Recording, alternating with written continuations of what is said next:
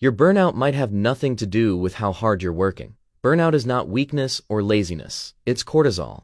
Cortisol is your body's primary stress hormone. When it stays elevated for days, weeks, months, which is what happens when you never fully switch off, it starts breaking things down. Your brain wasn't built for this kind of constant pressure. It was built for short bursts of stress, followed by recovery. And some habits can bring those cortisol levels down, fast, sometimes within hours. The first habit is movement.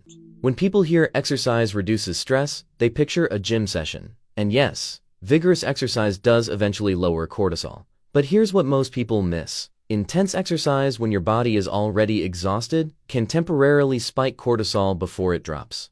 Research supports moderate movement as an effective way to relieve stress quickly. Could be a walk, a slow bike ride, or a light stretching. A study found that a 20-minute walk in a natural environment, a park, a tree-lined street, anywhere with some greenery measurably reduced cortisol levels compared to sitting indoors. This isn't about fitness. It's about giving your nervous system a different signal. Movement tells your body the threat is over, that you responded to the stress. The second habit is controlled breathing.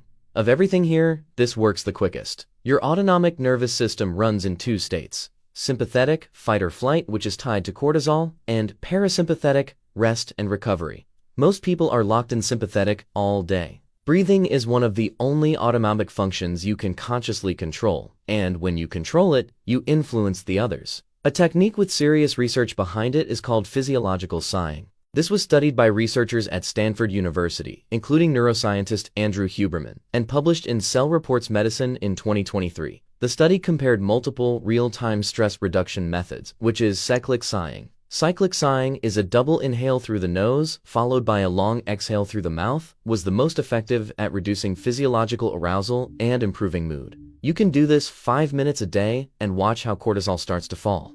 The third habit is social connection. This is probably the most underestimated tool in this entire video.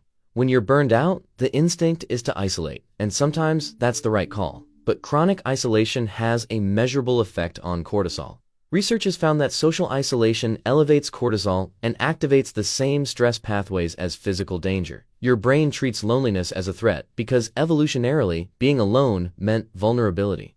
This doesn't mean going to a party when you're exhausted. It means one genuine conversation with someone you trust, even a short one, can shift your stress state at a physiological level. There's also oxytocin released during positive social contact, and oxytocin directly counteracts cortisol.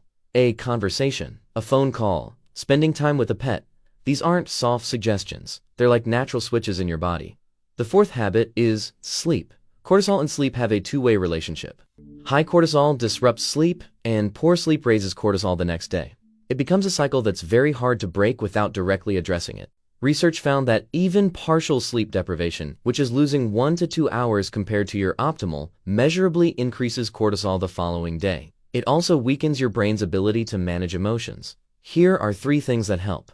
Keep a consistent wake time, even on weekends. Lower your room temperature because cooler environments support deeper sleep. Avoid bright overhead light in the hour before bed. It suppresses melatonin and keeps your system in an activated state. Burnout isn't caused by working hard. It's caused by never fully recovering. The habits in this video aren't about doing less. They're about giving your nervous system genuine recovery windows. So when you push hard, you're pushing from a restored state, not a depleted one.